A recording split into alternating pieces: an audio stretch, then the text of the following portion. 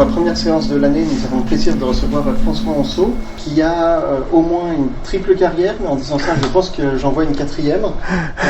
Première carrière, c'est une carrière de chercheur en architecture d'ordinateur, en microprocesseurs. Une carrière d'enseignement à Subtélécom, à Polytechnique, au CNAB, ici aussi, au Lipsis. La troisième carrière, c'est une carrière dans l'industrie, dans la vérification formelle de matériel au moins. Et puis la quatrième carrière aussi, c'est celle de philosophe, réflexion philosophique sur la mécanique quantique, les sciences cognitives. La réalité des théories, ça c'est... Mais ça je ne peux pas en parler ici, c'est l'informatique. Voilà. Oui, il fallait faire un choix et du coup, vous avez changé le titre. Une nouvelle approche de la synchronisation d'horloges distribuées. C'est un sujet qui, pour ce que j'en ai vu jusqu'ici, a l'air techniquement exigeant, mais qui contient aussi un vrai apport qui philosophiquement me paraît très stimulant, parce que d'après ce que j'ai compris de ce que vous allez exposer, ça montre que quand on prend des problèmes et des solutions informatiques, en prenant le bon niveau de généralité, il se peut qu'on sorte totalement du monde des ordinateurs et qu'on ait des bonnes inspirations à trouver, par exemple, dans les concepts et les théories de la physique. Et ce qui est intéressant aussi, peut-être pour amorcer la discussion de tout à l'heure, c'est sur les rapports entre physique et informatique, où on voit que la physique n'est pas seulement l'ardent de l'informatique qui est là pour matérialiser les idées, les concepts et les méthodes informatiques, mais que aussi occasionnellement, ça peut être une source d'inspiration donc théorique et méthodologique. Oui. Mais l'inverse est aussi très important, c'est que l'informatique, parce qu'elle formalise les problèmes, est une source importante au point de vue méthodologique pour la physique et pour certaines parties de la physique. Je vais donc vous parler d'un sujet sur lequel on travaille depuis assez longtemps, justement avec M. Dimitri Galeïko. L'idée, c'est d'essayer de faire des systèmes d'horloge synchrones. Pourquoi faire des systèmes d'horloge synchrones ? Actuellement, il faut bien voir que ce projet a commencé et a continué, mais on verra l'ouverture à la fin, au niveau des gros circuits intégrés, et ces gros circuits intégrés sont en gros un système informatique complet, ou voire une salle informatique sur une puce. On est capable de mettre sur des puces actuellement des milliards de transistors. Et avec des milliards de transistors, on fait beaucoup de choses. Le transistor, c'est l'élément ultime que l'on utilise pour faire des appareils électroniques. Voilà. Et donc, on a commencé ça parce que les gens qui travaillent sur ces circuits qu'on appelle des SoC, System on Circuit, ou on Chip, ça dépend des traductions, eh bien, ces gens font des systèmes, des liaisons asynchrones. C'est-à-dire, les modules sont synchrones, c'est-à-dire dirigés par une horloge, et entre modules, eh ben, on fait des communications asynchrones. En gros, c'est la même chose que lorsqu'on interconnecte des PC, par exemple, qui ont chacun leur horloge, leur machin, par des liens du genre RJ, des liens télécom. Et du RJ45 qu'on utilise pour interconnecter d'une manière asynchrone. Et en fait, ces liaisons asynchrones portent des vices profonds que les gens qui les utilisent cachent tant qu'ils peuvent. Ces vices profonds, c'est qu'il peut y avoir des pannes qui sont ce qu'on appelle de la métastabilité, qui est un peu du genre vous balancez un crayon sur la pointe comme ça, il est comme ça, vous le balancez pour qu'il tombe de l'autre côté, et puis si vous mettez une force bien dosée, il va se mettre debout sur la pointe. Il va pas y rester longtemps, mais il va se mettre debout sur la pointe. On appelle ça la métastabilité. Et ça arrive en électronique. À la fois quand on veut, quand on a des coïncidences de signaux. Et ces coïncidences de signaux arrivent dans des systèmes asynchrones. Donc il y a l'épée de Damoclès de l'asynchrone qui pend au-dessus de tous les systèmes asynchrones. Et c'est grave parce que ça peut faire des fausses erreurs et surtout la métastabilité peut se propager à l'intérieur d'un système. Donc une façon de se passer de cette métastabilité et de ces problèmes, c'est de virer l'asynchrone et de faire tout synchrone. Seulement, arriver à faire un circuit qui va comporter des milliers d'utilisateurs, comme un réseau qui aurait des milliers d'utilisateurs, et le faire synchrone, personne n'avait réussi. Alors, pour la petite histoire, c'est un problème qu'avait levé Einstein. Alors, je ne sais pas si c'est dans son papier de 1905 ou 1915, il aurait fallu que je le retrouve dans mes archives et que je regarde, mais il a cité la manière de mettre les horloges à l'heure. Et cette façon consiste à mettre à l'heure les horloges en calculant par des allers-retours les temps de transmission d'une horloge à l'autre. Et en fait, ça a été repris par les Américains, qui, je crois, ne citent pas Einstein, dans un protocole qui est universellement utilisé pour ça, qui s'appelle P2P, c'est-à-dire Pretty Time Protocol. Et Pretty Time Protocol a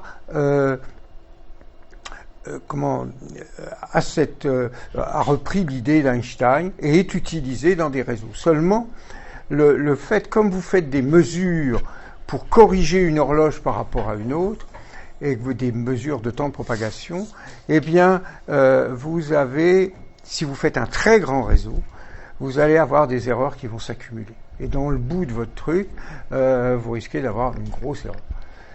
Alors, on a cherché à contrer ça. Et ça a été fait en deux temps. Un premier temps, dans des projets qui ont été soutenus par l'ANR, projet Odys et Rhodotos, on a cherché à faire le matériel de base, c'est-à-dire les organes de base, des horloges. On verra, ce sont des PLL, ce sont en gros des horloges asservies. Et comment arriver à les fabriquer et qu'elles puissent s'intégrer sur un circuit, et comment aussi faire l'asservissement et tout ça. Ça a été étudié dans ce projet-là, qui a démarré à quelle époque à peu près, le 10 2008. 2008 et donc ça a commencé en 2008. C'est une idée que j'avais lancée dans le département, là, parce que dans le département, il y avait un groupe qui travaillait sur les liaisons asynchrones. Donc, avec mon petit esprit de contradiction, on dit, on va faire du synchrone. Voilà. Moi, j'ai toujours fait de la recherche par contradiction, si vous voulez. Hein. Quand quelqu'un fait quelque chose, dit, moi, je vais faire autre chose. Voilà. Alors, donc, ça a été fait. Il y a eu des circuits synchrones qui ont été fabriqués. On a fabriqué, dans ce cadre de ces projets, des circuits d'une centaine d'horloges. Voilà. On verra que par la suite, on est monté jusqu'à 10 000. Hein. Et on peut aller plus loin. Et là, on a fait une annexe, je dirais une annexe non soutenue par des projets officiels, une annexe en perruque, comme on dirait, que j'ai appelé le projet Aquaphase, qui est basé sur une idée dont je vais vous parler, d'utiliser une analogie hydraulique pour faire ça. Et on va détailler cette affaire. Alors, en fait, ce projet Aquaphase a été la source d'une nouvelle méthode de travail également. C'est-à-dire, lorsqu'un informaticien est posé devant un problème, eh bien, en général, il cherche à résoudre ce problème et avec des moyens plus ou moins directs. Donc, c'est comme ça qu'ils sont tombés sur PTP, s'ils l'ont retrouvé ou s'ils ont pompé sur Einstein, je ne sais pas. Mais, donc, ça a été le travail classique. Mais, là, on est parti sur une autre idée. On a cherché un phénomène physique qui résout le problème. Et on s'est dit, mais si on fait une analogie entre la surface d'un liquide qui est plate à la rotondité de la Terre près et au ménisque de capillarité près, si on fait une analogie entre cette surface de liquide et les valeurs des horloges, vous allez me dire, attention, les horloges c'est discret, le liquide c'est vaguement continu. En fait, c'est discret, c'est des molécules. Hein. Et il faut arriver à lier les deux, et c'est ce qu'on a fait. Et donc à ce moment-là, on n'aura plus à se soucier de les mettre à l'heure, parce qu'ils s'y mettront tout seuls. Hein. L'eau, on ne va pas déplacer les molécules à la main pour qu'elles soient horizontales, hein, puisque c'est une définition de l'horizontale même, et elle s'y met tout seul. Hein, donc en prenant les mêmes équations pour faire tourner notre système, eh bien, il doit se mettre à l'heure. Voilà. Et c'est ce qui s'est passé. Hein. Alors, PTP donc introduit les petites erreurs, c'est ce que je vous ai placé. Voilà. Et dans un champ graphique uniforme, l'expérience montre que les grandes surfaces d'eau sont parfaitement horizontales. Bon, évidemment, c'est sans tenir compte de la rotondité de la Terre. En fait, il a fallu commencer par passer du discret au continu. Hein. Donc, ce qu'on va faire, je vais plutôt vous montrer le dessin qui suit, qui est plus... Hein, voilà. Je peux, si j'ai un réseau d'horloges, alors on est parti sur un réseau, sur une matrice d'horloges, hein, donc on suppose qu'on a des horloges à tous ces points, et on va mettre leur écart de phase par un trait vertical plus ou moins haut, suivant leur mise à l'heure. Hein. Il y en aura une qui avancera de temps, l'autre qui retardera, ainsi de suite. Donc on aura là j'ai supposé qu'ils étaient tous d'un côté par rapport à une référence, mais rien n'empêcherait, si c'était du négatif, de passer en dessous. Eh bien, on peut chercher, est-ce qu'il n'y a pas une surface continue qui passe par tous ces points? C'est exactement le problème inverse du problème de partir d'un problème continu et de le discrétiser pour le traiter de manière informatique. Quand vous faites un calcul de surface, de choses en physique assez complexes, eh bien, vous discrétisez. Et vous traitez le problème de manière discrète, et après, par des astuces d'affichage, vous lui donnez un aspect lissé comme ça. Hein. Eh bien, nous, on fait l'inverse. Hein. Alors, il faut faire attention, parce qu'il peut passer une tripotée de surface par ces points. Donc, on va poser des restrictions pour que ça marche au mieux. Et on va voir comment on pose ces restrictions. Voilà, donc l'analogie hydraulique, voilà, vous voyez, c'est parfaitement plat, c'est un lac, c'est un Ancor, hein, et c'est un lac qui n'est pas perturbé, il est tout plat. Hein, voilà. OK. Donc, ça veut dire que si on réalise la même chose, ils vont se mettre parfaitement en face. C'est d'ailleurs ce qui se passe. Alors, une propriété, on va faire un tout petit peu de maths. Voilà, la surface d'un liquide peut être modélisée par une équation de ce type. Hein. Alors, ça s'appelle une équation différentielle du deuxième ordre, parce qu'on trouve des termes 2, ça, premier ordre. Et ici, il y a un terme tout à fait particulier qu'on appelle un Laplacien. Alors, le Laplacien, ça s'exprime comme ça, c'est relativement absconce. On voit que c'est la somme des différentiels partiels suivant les x et suivant les y. Le phi étant la fonction qui décrit la surface, et ici elle s'appelle h. J'ai pas eu le temps de faire la correction, mais c'est la même chose. Hein. Vous remplacez le phi par un h ici et vous obtenez une analogie. Donc ça, c'est pour expliquer le delta. Alors ça, c'est des coefficients. Et ces deux, ça doit être la vitesse de propagation des ondes sur cette surface liquide. Voilà. Alors, ce qui est très intéressant, c'est qu'on voit que sans perturbation, la seule solution de ça, c'est plat. C'est ça qui est intéressant. Vous n'avez jamais vu l'eau se mettre comme ça, ou se mettre à faire une colonne spontanée et rester. Hein. Personne n'a jamais vu ça. Par contre, on a tous vu de l'eau plate. Alors, on a vu des vagues, mais des vagues transitoires, et parce qu'il y avait un élément perturbateur.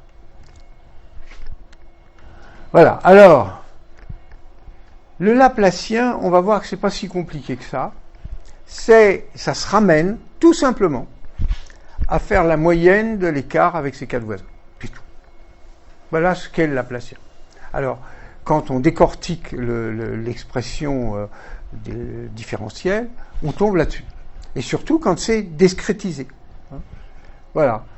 Et c'est précisément le mode d'interconnexion standard qu'on utilise quand on fait des réseaux comme ça. On s'intéresse aux 4 voisins. La partie différentielle, donc la partie d'avant, eh bien, c'est tout simplement un asservissement classique qu'on appelle PID, proportionnel, intégral, différentiel. Hein.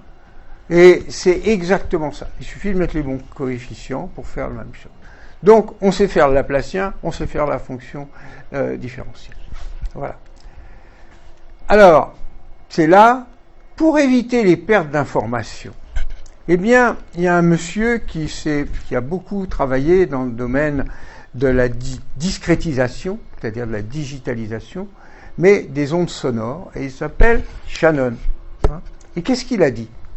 Il a dit tout simplement que pour transmettre un signal quelconque, il fallait faire ouvrir une porte fréquentielle de 2 fois la fréquence maximale du signal. Voilà. Eh bien, nous, c'est pareil.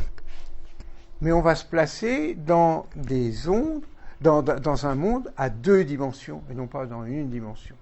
Et donc, on peut définir des vitesses de propagation, on peut définir des longueurs d'onde de ces propagations, et donc il faudra que la longueur d'onde soit au moins le double de l'écart entre horloges.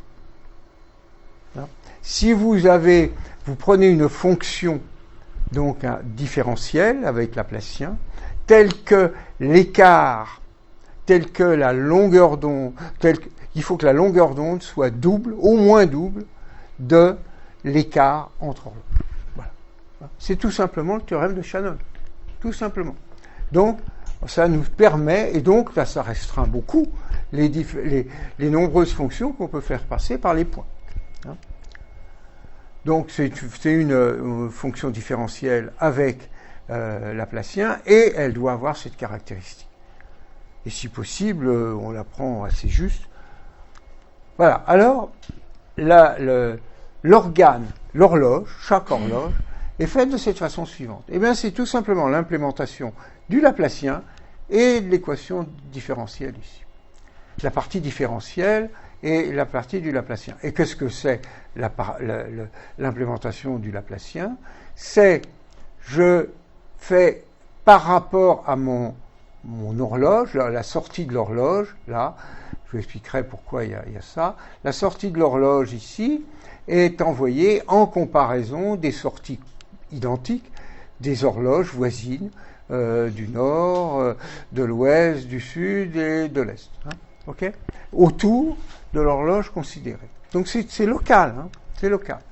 Et le fait de sommer ces différentes erreurs donne le Laplacien. Voilà, tout simplement. Donc, on a fabriqué, implémenté un Laplacien. Ici, c'est un filtre, tout simplement. Un filtre PID, c'est un filtre donc qui fait la dérivée seconde, la dérivée première et qui inclut le Laplacien comme terme extérieur. Voilà. Et ça pilote un oscillateur à fréquence variable. Donc, en fonction des erreurs, du niveau d'erreur qui sort ici, eh bien, on excite plus ou moins l'horloge pour qu'elle sorte la fréquence que l'on souhaite. Hein. C'est un système asservi, un système rebouclé. Et en fait, l'horloge ici, dans ces circuits-là, qui est de l'ordre d'1 GHz, on avait visé 1 GHz, c'est un peu ringard maintenant, mais quoique ça n'a pas tellement monté, et 1 giga, et pour faire l'asservissement, eh bien, on le divise par 4, et toute cette partie-là fonctionne donc à 250 MHz.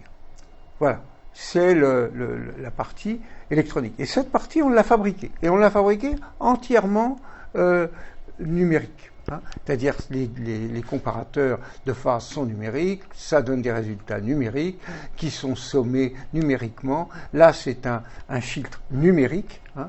Donc, c'est quelque chose qui exécute un algorithme de filtrage numérique, hein, et puis qui pilote l'horloge, et le diviseur est lui-même numérique, et ça. Voilà. Donc tout ça, c'est numérique. Et il a fallu trouver une astuce pour arriver à faire l'oscillateur variable qui pouvait tenir sur une puce, parce qu'avec les techniques classiques, c'était beaucoup trop gros. Voilà. Donc ça, c'est une horloge. Hein. Alors en fait, quand vous les branchez ensemble, tout ça, ça va évoluer, et plouc, ça va à un moment s'accrocher, ce qu'on appelle s'accrocher. C'est-à-dire que toutes les erreurs vont s'annuler. Hein, parce que s'il y a une erreur, il y a une correction, puisque c'est des systèmes asservis. Toutes les erreurs sont... Et donc, il faut... Et à ce moment-là, on décrète que le système est accroché. C'est-à-dire que chaque horloge est bien en phase avec une éventuelle horloge mère, qui n'est pas distribuée, l'horloge mère. Hein. Horloge mère, et ils sont... et donc, ça veut dire que tous les comparateurs de phase fournissent des erreurs proches de zéro. Et ça, il faut le vérifier, parce qu'il peut y avoir des cas particuliers, on verra par la suite. Et donc, à ce moment-là, quand tous les comparateurs ont des erreurs proches de zéro, pas exactement zéro, parce que ça bagote un petit peu, quoi, mais très peu, hein, on appelle ça du clapot, hein, pour toujours faire une analogie hydraulique. Et donc, s'ils sont proches, à ce moment-là, on prévient le système qui tourne sur ces machines-là, hein, parce que toutes ces horloges sont destinées à piloter des ordinateurs, des mémoires, des différents organes de ce genre, des processeurs, des mémoires, des différents trucs. Et donc, quand on prévient le système d'exploitation de la machine qui est en dessous, en disant « Maintenant, tu peux y aller. Les horloges sont... » Et ça permet à ce moment-là de faire des transferts entre systèmes, hein, beaucoup plus faciles, puisqu'ils sont en phase. Vous avez qu'à transmettre aux voisins et simplement en respect. Puisqu'ils sont en phase, vous faites comme si vous faites une commutation interne et vous envoyez la donnée comme ça marche tout de suite. C'est simple comme bonjour, beaucoup plus simple que de fabriquer un signal série, de le désérialiser, de rajouter des codes anti-erreur longs comme ça pour justement éviter tous les problèmes qu'il peut y avoir et qui retardent beaucoup. Là, c'est plouc, on l'envoie. Et donc, c'est très rapide et très simple. Si on l'envoie un peu plus long, eh ben on lui fait faire des sauts comme ça d'horloge. À chaque fois qu'il traverse un voisin, eh ben il est reçu, réémis. Mais ça peut être très rapide. Hein. Donc c'est beaucoup plus rapide que le système asynchrone, évidemment. C'est à la fois plus rapide et plus simple. Voilà. Et donc, si jamais on détectait des présences d'erreurs complémentaires. Alors pourquoi je parle d'erreurs complémentaires? C'est qu'on a peur, pour l'instant je vous expliquerai que c'est peut-être une fausse peur, que des horloges se compensent. C'est-à-dire moi je suis un petit peu en avance, toi tu es un petit peu en retard, hein, et puis donc ça annule le Laplacien, hein, ça fait un plus et un moins, quoi. Et donc en fait quand on détecte une action de ce genre, on force à zéro l'erreur la plus forte, hein, on regarde les erreurs et puis on force à zéro de façon à déséquilibrer le système pour qu'il reparte dans la bonne circonstance. Et si une partie, alors la mécanique informatique qui est derrière ça, hein, peut parasiter les horloges, en parasitant les alimentations, c'est-à-dire vous pouvez avoir un dispositif électronique qui se met à consommer énormément, et cette consommation va agir sur les horloges, qui sont alimentées par la même alimentation. Donc cette baisse d'alimentation peut provoquer une erreur d'horlogerie. Et à ce moment-là, si on constate une telle erreur d'horlogerie, on dit au système, top, vous êtes désynchronisé et décroché. Et à ce moment-là, le système se met en attente et on relance un raccrochage. Et quand on a de nouveau le raccrochage, on dit ça y est, c'est raccroché. Voilà, en espérant que ça se produise le moins souvent. Alors, c'est tentant de faire comme ça, mais il y a des mais. Alors, on voit trois mais principaux, trois obstacles principaux. D'une part, les PLL sont numériques, ce qui introduit un frottement newtonien. Oui, parce que j'ai oublié de dire que pourquoi l'eau est plate. Ça, j'ai oublié de le dire et c'est très important. Et d'ailleurs, c'est même pas enseigné dans les classes pourquoi l'eau est plate. La surface de l'eau est plate et sur des grandes surfaces. Eh bien, pourquoi ? C'est parce qu'il n'y a pas de frottement newtonien. Le frottement newtonien est un frottement qui est non linéaire et qui a un seuil. C'est-à-dire vous poussez la table comme ça, elle bouge pas, puis d'un seul coup elle va bouger. Vous avez passé le seuil. Et donc ça c'est du frottement newtonien. La plupart des frottements qu'on a, auxquels on a affaire, sont des frottements newtoniens avec un seuil comme ça. Un tas de sable par exemple, eh bien à un moment donné, les grains vont se coincer les uns sur les autres et ça va plus bouger. Et donc vous avez une certaine pente qui va se produire d'un tas de sable qui est lié à ce coefficient de frottement newtonien, au seuil newtonien. Or, l'eau n'en a pas, les liquides n'en ont pas. Un micro-poil de force va les faire bouger. Et donc, vous pouvez prendre un tuyau, l'envoyer d'un bout à l'autre du lac de Genève, et puis mettre deux récipients au bout avec de l'eau dedans, et vous verrez qu'ils sont parfaitement à niveau. Et le fait même que le niveau fonctionne, c'est ça aussi. Donc, ça, c'est le premier truc. Et l'utiliser du newtonien, d'utiliser du numérique, amène un effet de seuil. Puisqu'on a 0, 1, hop, il y a un petit, entre 0 et 1, c'est un seuil, quoi, faut passer. Donc, ça amène un frottement newtonien parasite d'une unité. Alors, on va voir, on va retraiter après ça, c'est simplement pour les présenter. Deuxième point, dans les liquides, les propagations se propagent. Vous jetez une pierre dans un ruisseau, dans un étang, puis vous allez voir, pouf, la pierre tombe, ça fait un peu une grosse vague, et puis après on voit des vagues partir en anneaux. Eh bien, ça c'est une conséquence des équations différentielles que je vous ai montrées, et ça donne des vagues circulaires, et ces vagues, si vous avez des parois, elles viennent taper sur les parois et elles reviennent. Vous voyez de nouveau un système de vagues qui rebondit sur la paroi. Et donc, pendant longtemps, vous pouvez avoir des vagues qui partent dans tous les sens, et ça se termine par tout un système de vagues qui perturbe fortement la surface. Mais on va voir comment on peut s'en passer.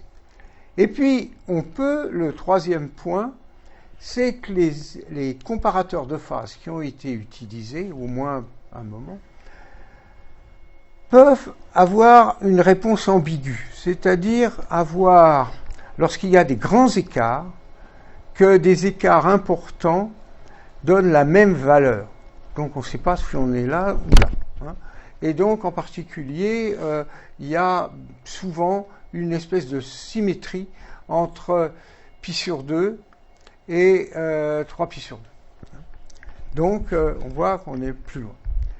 Et donc ça, l'aspect circulaire doit être traité, on va voir comment on peut le traiter.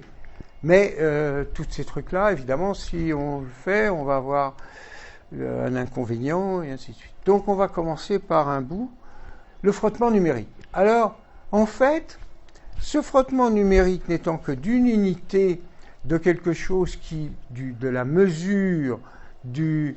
ça marche ? Oui. Ah. Bon, que les comparateurs de phase donc donnent un résultat numérique, mais vraiment avec des petits échelons. C'est très très fin parce qu'il faut si on veut faire un asservissement propre, donc on est toujours dans ce cas-là à avoir une incertitude au niveau de 0, 1 entre le 1. D'ailleurs, ce système a été fait pour qu'il n'y ait pas de 0, il y a un moins 1 et un plus 1. Et donc, ce frottement numérique, donc, on assiste très souvent dans des systèmes numérisés à une espèce de bruit de fond qu'on appelle le bruit numérique, qui vient justement de ces arrondis, de ces sauts d'un nombre à l'autre, et ainsi de suite. Et en fait, le bruit numérique produit un clapot, comme quand vous allez auprès d'une grande surface d'eau qui a bougé, vous voyez ces espèces de toutes petites vagues qu'on appelle le clapot. hein, eh bien on a ça aussi, qui est dû au bruit numérique. Et il est à peu près d'une unité des comparateurs de phase, d'amplitude. Donc le frottement numérique qu'on peut appeler, le frottement numérique se mélange avec le clapot numérique. Hein, et puis ça fait une espèce de petite frise, de petit clapot d'une unité qui est tout à fait acceptable dans ces choses-là. Une unité, ça ne fait pas grand-chose. Hein. Voilà. Et donc ça clapote en permanence, quoi. Ce qui n'est pas mauvais, hein, parce que, si vous voulez, pendant longtemps, moi j'ai vu ça en aéronautique, on ne fait pas, on bruite volontairement les asservissements de façon à ce qu'il n'y ait pas de blocage au zéro, de choses qui tendance à rester au zéro. Hein. Donc je me souviens avoir assisté à un atterrissage sans visibilité, donc automatique, dans une caravelle à l'époque. Eh bien, ils ont déclenché le bruiteur, un engin qui bruitait les commandes. Les commandes vibraient. Pour justement éviter le point zéro. Donc là, ça vibre tout seul, quoi. Alors maintenant, les vagues. Donc c'est pas un problème, quoi. Je veux dire, c'est pas un problème, ce clapot numérique. Les vagues. Donc on a étudié pas mal ce truc-là. Donc vous voyez le coup des vagues qui partent qui s'éloignent et qui vont jusqu'au bord, théoriquement. Mais en diminuant d'amplitude. Hein. Parce que la même énergie se répand sur un cercle beaucoup plus grand, de plus en plus grand. Voilà. Alors, en fait, comment on fait dans les piscines pour éviter les rebonds? On fait des brise-vagues. Et le brise-vague, vous voyez, voilà, beau brise-vague dans les piscines. Là. Qu'est-ce que c'est? Là, vous voyez, c'est fait comme ça, de façon à ce que la surface du liquide puisse plus y avoir de vague ici. Et s'il y a une vague, ploup, elle est éjectée dans le canal qui fait le tour. Ça, c'est la coupe du bord. Hein, on fait tout le tour dans les piscines. Ça, d'ailleurs, on s'accroche souvent là. Voilà. Donc, le brise-vague marche bien. Maintenant, il me faut trouver une analogie électronique, hein, du brise-vague. Je ne vais pas trop vous raconter le truc, mais vous avez les différents PLL. Hein. Eh bien, l'idée, c'est de dire je veux éviter le reflet sur le bord. Hein, sur le bord ici, s'il n'y avait rien. Hein. Donc, pour étudier le truc, je rajoute une ligne, une colonne, là, c'est le bord, ça serait le bord gauche de la matrice. Je rajoute une colonne virtuelle simplement pour raisonner. Et le raisonnement que je vais faire,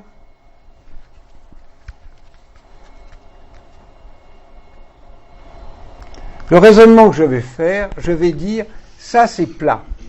C'est-à-dire, comme ça c'est le bord, si je dis ça c'est plat, ça fait que c'est le début de continuer.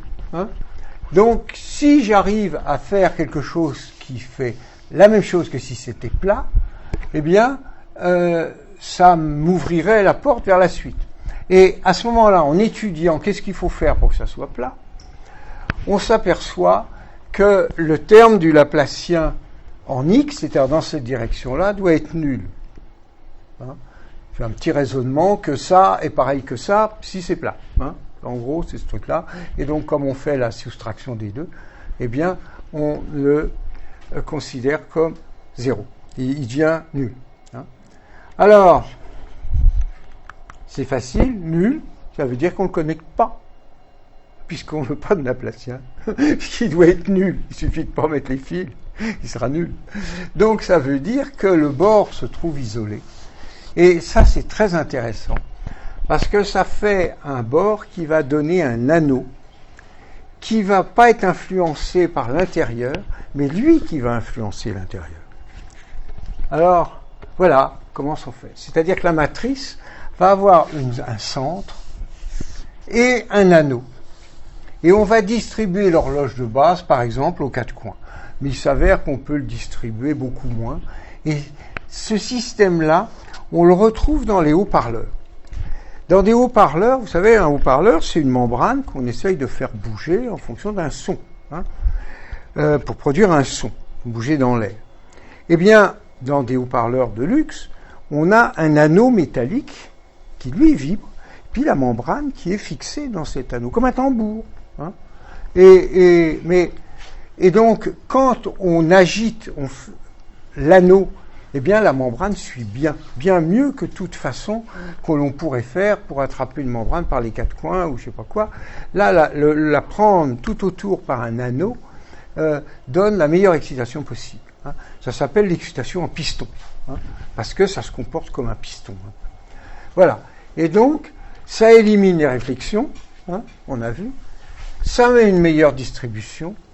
Et donc, les PLL de bord, enfin, ce qu'ils servent, ils servent de générateurs d'horloge pour toute la partie centrale. Voilà. Donc, c'est quelque chose qui est très bien. Il est évident qu'il faut déjà qu'il y ait beaucoup de PLL. Si on a une matrice de 4, il n'y a plus d'anneaux possible. Donc, c'est fait que pour des choses assez importantes. Voilà. Alors maintenant, donc, voilà la solution du deuxième point. On a vu le premier, le deuxième. Ambiguïté de mesure de l'écart de phase. Alors, ça peut être, il y a plusieurs façons de s'en sortir. La première façon de s'en sortir, c'est de dire, je vais mesurer la phase en absolu et non pas en périodique. C'est-à-dire que si j'ai un écart de phase qui est petit, en dessous de pi sur 2, on voit l'erreur est proportionnelle, c'est bien. Après, ça va saturer. Puis, dès que je vais commencer à arriver au-dessus de pi ou vers pi, ça redescend. Et puis après, ça continue, ça reprend, et ainsi de suite. Donc, vous avez une espèce de correction comme ça. Et donc, on peut arriver à le modifier. Alors, voilà comment on peut faire. Voilà le correcteur de phase. Là, sa courbe. Donc, ces petits échelons sont très petits, puisque c'est eux qui donnent la précision du système. Et là, c'est là que, en général, les auteurs ne continuent pas le trait. Hein. J'ai eu du mal, même dans des papiers que nous avons publiés, ça c'est tiré d'un de nos papiers, eh bien, on n'a pas montré la suite, parce que la suite, elle est moins jolie que ça.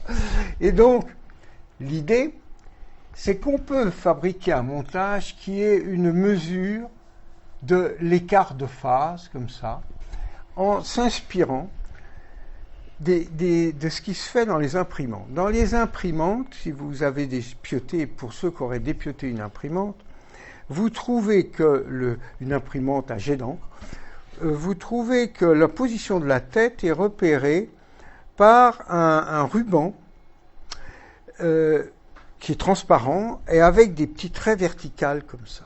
Hein, il fait toute la largeur de l'imprimante. Et sur la tête, il y a quelques petites cellules placées au bon endroit qui permettent, uniquement par une logique, de déduire si on avance, si on recule, et de combien on avance ou de combien on recule. Et c'est ça qui permet de connaître de manière incrémentale la position de la tête. Hein. Donc on fait le même système, mais là, il n'y a plus le ruban fixe, mais il y a deux horloges. Une horloge qui est locale et une horloge qui est celle à comparer. Hein. Donc, en fait, on va considérer que l'une de ces horloges représente quelque chose de fixe que l'on parcourt. Hein. Voilà. C'est-à-dire, on va transformer un mécanisme qui se balade sur une horloge mobile parce qu'il regarde en se déplaçant, il voit passer les raies. Donc là, on va maintenant changer de référence pour prendre une des horloges comme référence de l'autre. Et donc, on peut arriver à transposer le même mécanisme. Alors, c'est simplement que l'écart entre les cellules est transformé en un écart de phase où on regarde les échantillons. Et on peut faire ça. Donc on fait ça, et ça va aussi loin qu'on veut. Alors c'est un compteur qui va compter l'écart de phase en fois pi sur 2. Donc vous voyez, on peut aller loin, dans un sens ou dans l'autre. Et on dit, voilà, tant que je reste ici entre ce point-là et ce point-là, hein, eh bien c'est ce système qui fonctionne. Voilà. Et si je suis au-dessus, eh bien, voum, on traite tout droit, on ne veut pas savoir, on met la valeur maximum et on n'y bouge plus. Hein. Et puis si maintenant, pareil pour l'autre, alors on ne peut pas quand même aller là trop loin, donc on va mettre, en utilisant ce compteur, hein, on va mettre un maximum de chaque côté, et on va dire, si on atteint ce maximum, on considère qu'on est décroché. Et donc, tout ça, c'est encore élastique, on peut revenir. Et si on dépasse le maximum, on est décroché. Donc ça, c'est facile, puisque c'est la combinaison. Ça, c'est 4 portes exclusives, 4 ou exclusifs, ou quelque chose comme ça. Et ça, c'est plus compliqué, mais qui peut être simplifié par la présence de ça. Voilà. Donc, c'est une façon de faire et qui donne un système assez simple. Alors, en fait, je crois qu'on se fait du souci un peu pour rien. Pour la bonne raison, c'est que ces histoires d'ambiguïté de phase se produisent que dans les très petits systèmes. Par exemple, il y a un exemple qui est donné, classique, de 4 PLL. Mais en fait, ça ne peut pas apparaître dans un grand système. Hein. Pourquoi ?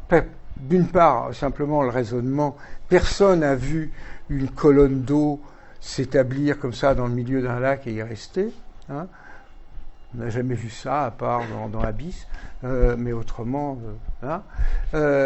Donc, on se rend compte que dans les grands systèmes, si on a une partie qui par hasard se trouverait surélevée, on peut toujours l'entourer, à la limite par l'anneau, d'une série d'horloges à fréquence plus basse, hein, supposons qu'il y a un endroit où la fréquence est plus élevée, et tend à y rester, eh bien ça peut être entouré par une couronne d'horloges à fréquence plus basse qui vont le tirer vers le bas, tout autour.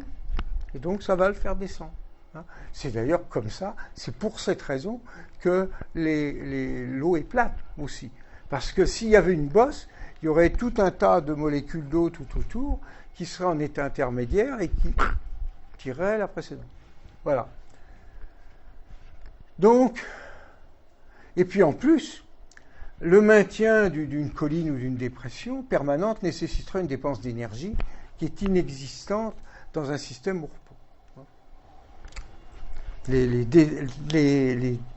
Par exemple, lorsque vous regardez un champ électrique ou un champ magnétique, vous verrez que les dérèglements ne se produisent que si vous avez une énergie pour alimenter ces dérèglements. Voilà.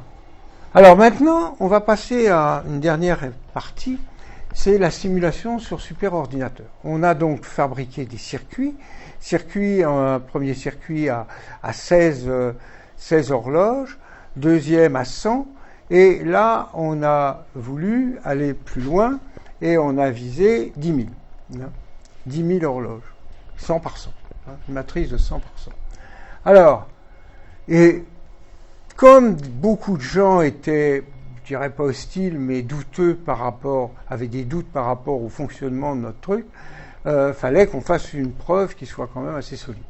Donc c'est pour ça qu'on a fait jusqu'à 10 000 là. Et pour ça, on a écrit un programme en C, et puis en utilisant MPI pour tourner sur un superordinateur. Et l'idée, comment on s'y est pris pour faire ce programme? Donc là, je rejoins la philosophie code source. Comment on s'y est pris?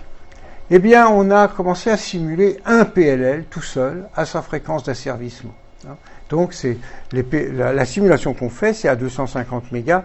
On ignore la partie à 1 giga. On fait tout, puisque la fréquence d'asservissement, c'est 250 mégas. Donc, on le fait.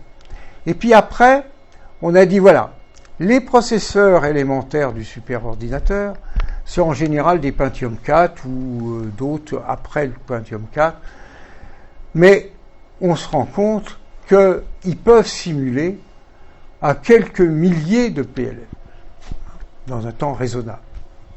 Donc on est plutôt parti dans l'idée de bourrer les processeurs en utilisant moins que mettre très peu de choses dans les processeurs en utilisant beaucoup. Hein. Donc on a pris plutôt cette philosophie de bourrer les processeurs. Donc pour ça, on va diviser les matrices en sous-matrices qu'on appelle des tuiles. Et les tuiles sont justement une tuile peut être traitée par un processeur. Voilà. Ok. Chaque tuile est munie d'un échéancier, hein, qui lance la simulation d'une tuile lorsque son échéance intervient. Donc, il y a un échéancier, et ce qui est intéressant dans cette histoire, c'est que le nombre de PLL d'une tuile est fixe.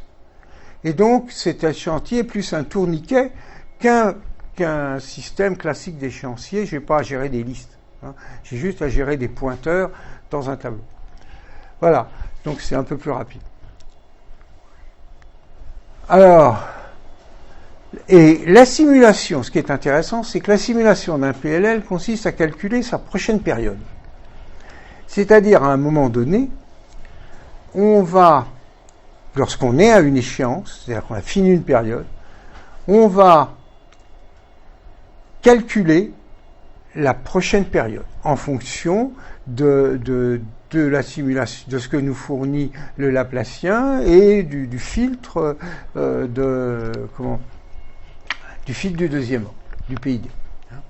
Et donc, il va nous donner une prochaine échéance. Et le PLL, on va mettre cette échéance dans l'échéancier, et pendant tout ce temps-là, le PLL ne fera rien. Donc, on se retrouve avec un système qui est, pour chaque élément, inactif jusqu'à une certaine échéance. Et ça, c'est assez intéressant, parce que si on a des infos qui viennent des PLL voisins, des choses comme ça, pendant cette période d'inactivité, c'est pas la peine de les prendre en compte. C'est pas la peine de les mettre dans le PLL, dans l'échéancier. On va juste mettre leurs dates, ils sont datés, toutes les informations sont datées, et on va les exécuter à la prochaine échéance. Donc on les repousse dans le temps. Et donc on diminue comme ça le nombre d'échéances à traiter.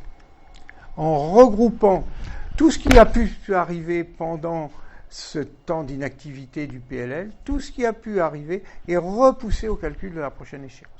Donc c'est assez intéressant parce que ça nous diminue beaucoup le nombre d'échéances à traiter. Ce genre de choses, parce qu'il y a plein de choses qui arrivent. Ça, au lieu de les prendre en compte au moment où ils arrivent, on les donne note et ils sont pris en compte du stockage. Voilà. Alors, chaque processeur stratégique. Oui, chaque processeur simule une tuile. Hein. Alors, on n'utilise pas les threads, le multithread, pour la bonne raison que le multithread ne fait que diviser la puissance d'un processeur. Quand vous avez deux threads, chaque thread, il en prend la moitié. Hein. Donc, ce n'est pas un gain.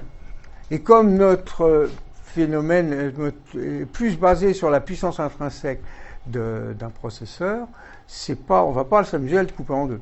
Donc, au contraire, on va lui donner ce qu'il peut faire au maximum au ras du nez. Voilà. Les échéanciers, alors les tuiles sont indépendantes. Hein.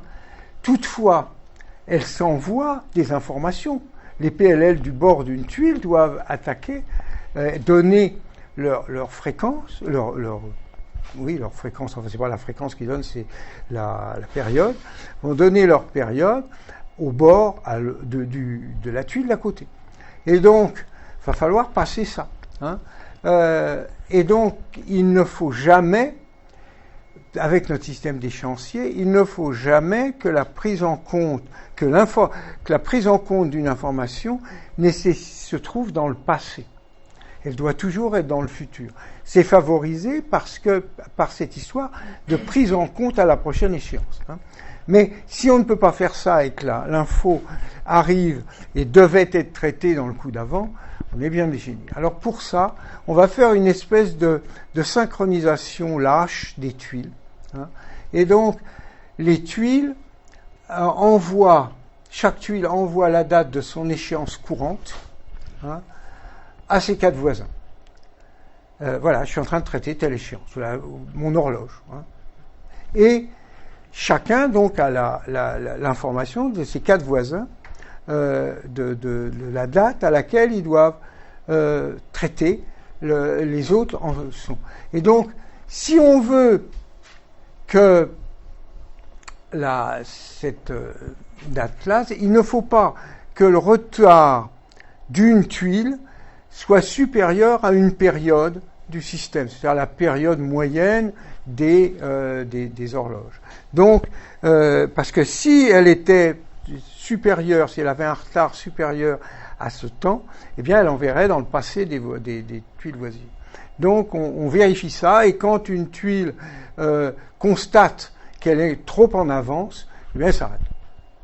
Elle s'arrête pour laisser les autres arriver. Voilà. Donc, c'est ça. Alors, une fraction, ça c'est un paramètre à mettre dans le système, eh bien, elle se mettra en attente jusqu'à ce que le retard soit comblé. Voilà.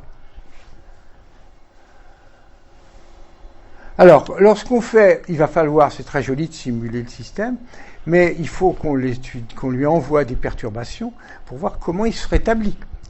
Donc, les perturbations sont simulées par l'introduction de perturbations numériques à la sortie des filtres de certains PLL. Donc, on envoie dans tel PLL une remise à zéro de l'erreur, ou au contraire une grosse erreur. Voilà.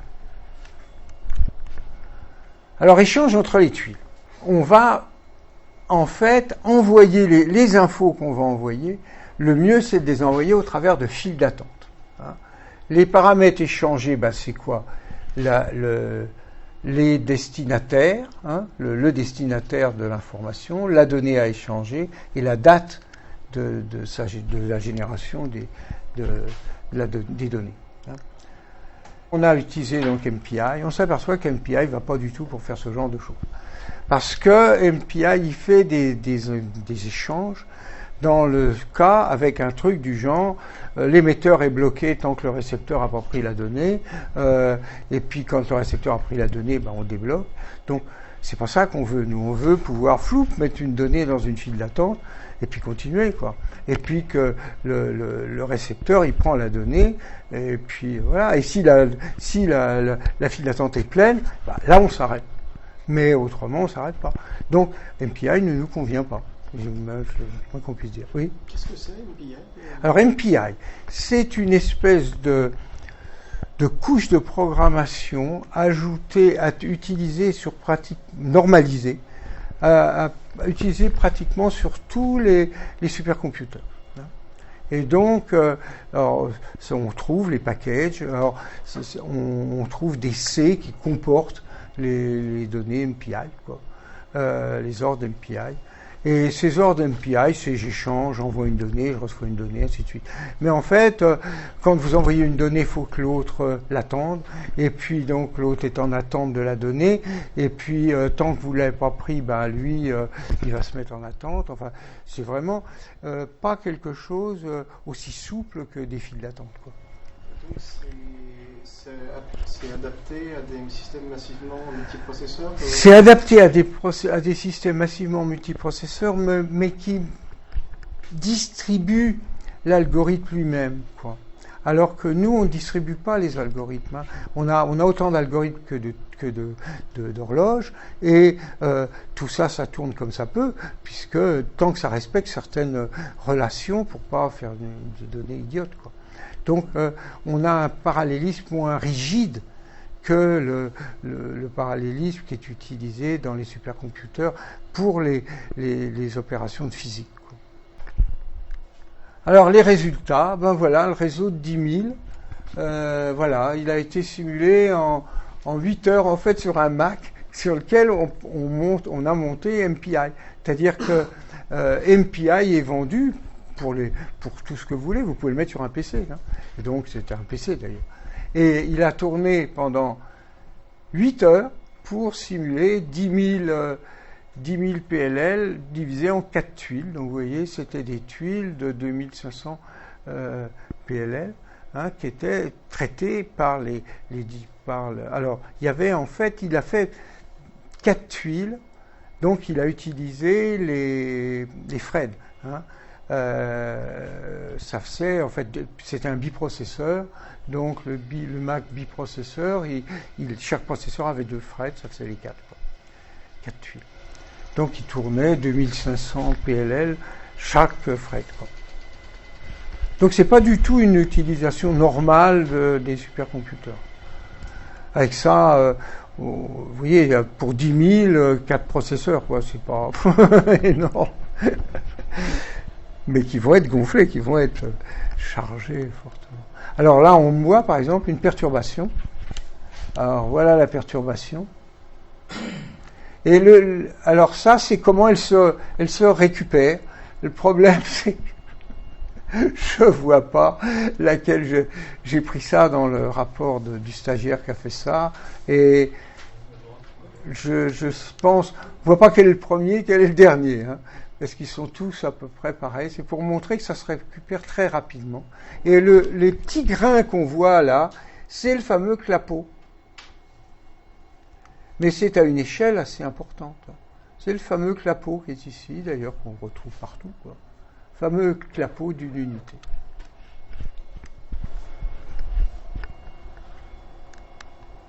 Et là, vous voyez la vitesse avec laquelle, après une perturbation, le PLL perturbé, voilà, il va remonter assez rapidement, et les autres PLL vont remonter un peu plus lentement. Voilà. Avec des parties qui sont peut-être un peu plus perturbées. Voilà, le domaine d'application, écoutez, ça peut s'appliquer à plein de choses. Des circuits intégrés complexes, donc là, ça a été fait pour ça. Mais des horloges, avec des horloges à haute fréquence, autour du giga. En fait, j'ai pensé que ça pouvait être utilisé dans les antennes actives des radars. Vous savez que maintenant, par exemple, un radar, l'antenne ne bouge plus. Par exemple, un radar dans un avion, l'antenne ne bouge plus pour balayer le ciel. C'est le faisceau qui bouge. L'antenne est remplacée par c'est à peu près grand comme ça, un disque en isolant sur lequel vous avez plein de petites antennes. Et on change la phase par des moyens mécaniques, on change la phase entre ces petites antennes, qui fait que ça fait un faisceau qui se balade. Et d'ailleurs, si vous regardez, il y a une photo d'un porte-avions américain, un énorme machin, et autour de la tour centrale, vous voyez plein d'antennes, radar. C'est-à-dire que le radar n'émet plus avec une antenne tournante, mais avec des antennes fixes qui sont placées tout autour de la tour et qui sont envoyées avec un déphasage particulier qui fait tourner le faisceau. Et donc ça, on aurait, si on peut mettre à l'heure, on met en phase des horloges, on peut aussi les mettre avec un certain déphasage. Et comme on parle d'un giga, les radars, il faut savoir que les radars, ils tournent à 3 gigas. Les radars sol, et ils font 10 cm de longueur d'onde. Donc, et on en fait des 3 cm, c'est-à-dire qu'ils tournent en gros 3 fois plus vite, c'est du 3 gigas. C'est des radars. Donc, faire la gestion des antennes actives avec ce genre de truc, avec des oscillateurs à ces puissances, à cette fréquence, qui n'est pas pour nous gigantesque. Les processeurs modernes tournent à 3 gigas de fréquence. Et on pourrait les faire tourner plus vite, mais ils chaufferaient. Voilà, alors ça, la mise à l'heure de réseau d'horloge fixe, ça c'est par exemple la mise à l'heure des horlogeries, de la distribution de l'heure par horloge. Alors les horloges atomiques, les radios, les réseaux de répéteurs GSM, réseaux de centres de calcul et les réseaux informatiques. On peut faire ça pour régler les horloges des réseaux informatiques. Alors attention, dans certaines de ces applications, ce sont des applications macroscopiques. Et par exemple, quand vous regardez les répéteurs GSM, ils peuvent être séparés de plusieurs kilomètres. Donc si on maintient le théorème de Shannon, ça veut dire qu'il faut la fréquence que l'on va synchroniser ne doit avoir une longueur d'onde de 2 fois cette longueur. Hein, donc ça fait des longueurs d'onde qui sont de quelques centaines, de quelques kilomètres. Hein, donc on se retrouve des ondes kilométriques, c'est des ondes autour des kilohertz. Hein. Alors en fait, ce qu'on va synchroniser, c'est pas l'onde porteuse, mais par exemple des trames à l'intérieur, parce que généralement l'information est découpée en trames, et on va plutôt synchroniser les trames, et on ne pourra pas synchroniser la fréquence de l'émetteur lui-même du GSM, mais on synchronisera les trames qu'il envoie. Voilà. C'est pareil pour les réseaux informatiques. Voilà, donc ça a été fait par un groupe, hein, c'est pas... Et ça a été fait, voilà, il y a Dimitri, il est là, ça c'était des thésards, ça c'est un postdoc, et celui-là c'est un stagiaire M2, c'est lui qui a fait la simulation sur supercomputer. Vous reconnaissez. Voilà. Bon, merci. Merci.